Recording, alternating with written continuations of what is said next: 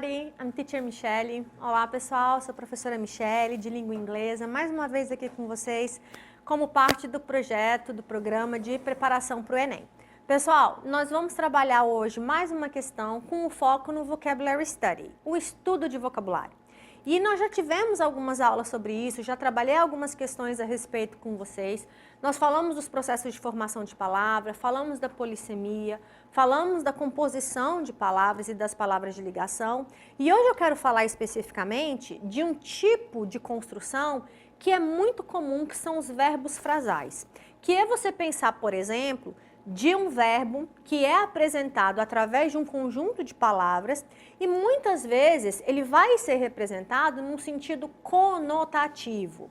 Ou seja, a gente tem as palavras no sentido real, que elas possuem, e nós vamos ter as palavras que são formadas numa construção idiomática. Quer dizer, elas juntas passam a ter um sentido diferente. Elas passam a ter um significado diferenciado daquele comum. Os verbos frasais são chamados de locução idiomática, justamente porque eles não são analisados ao pé da letra. Eles são formados por um verbo já existente e esse verbo vem associado, por exemplo, a uma preposição ou um advérbio ou, em alguns casos, a mais de um elemento. Então, você pode ter um verbo frasal formado por duas palavras ou um verbo frasal formado por três. Por que ele tem esse nome? Justamente porque ele é uma frase, ele é uma locuçãozinha, né, um grupo de palavras que representa uma ação, tá bom? Os verbos frasais são locuções que indicam ações, como eu mencionei. Aqui eu dei um exemplo para vocês. Então, por exemplo, se eu pegar o dicionário e eu olhar a palavrinha get, que é um verbo, ele significa conseguir ou obter. Ele tem esse significado que é ele de maneira isolada. Só que quando eu junto esse get com uma outra palavra, que pode ser uma preposição ou um advérbio, ele começa a ter um significado diferente. A gente esquece esse sentido original e passa a adotar um novo sentido. Por exemplo, get away. Get away significa escapar, fugir. Get out significa sair. Get up significa levantar, acordar, né? Como se fosse um sinônimo de wake up. Get over, supera, tá? Então, são exemplos de expressões que a gente vai ter de representação de verbo frasal. Um verbo já existente, mais uma outra palavrinha que assume um outro significado de ação. Bom, aqui tem uma questão que trouxe justamente um verbo frasal. Olha que aqui é um cartoon. Lembra que o cartoon, nós já tivemos aula sobre isso, é um tipo de texto que traz uma crítica. Ele até pode ter humor, mas ele vai fazer uma crítica a alguma questão social. Ele traz imagem e ele traz o texto. Vamos para a questão. No cartoon, o estudante faz uma pergunta usando turn this thing on.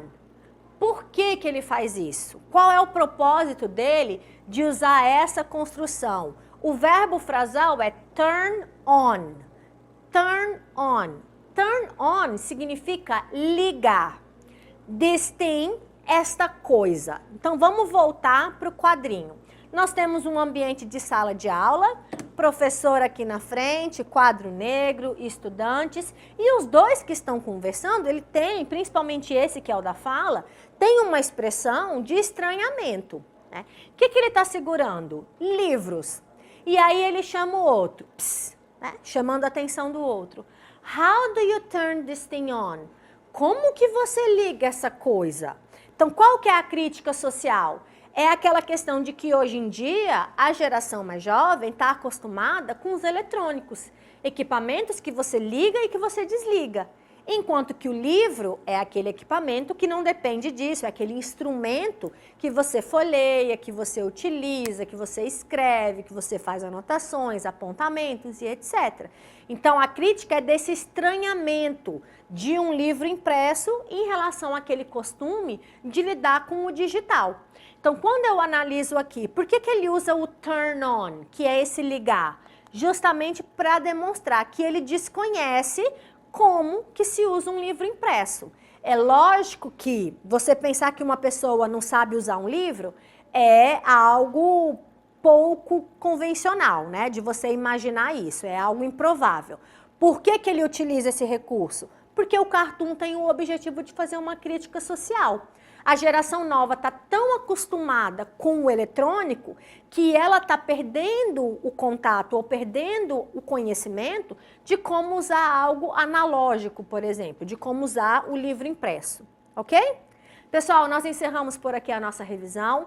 Bons estudos a todos, sucesso e até a próxima. Bye, bye!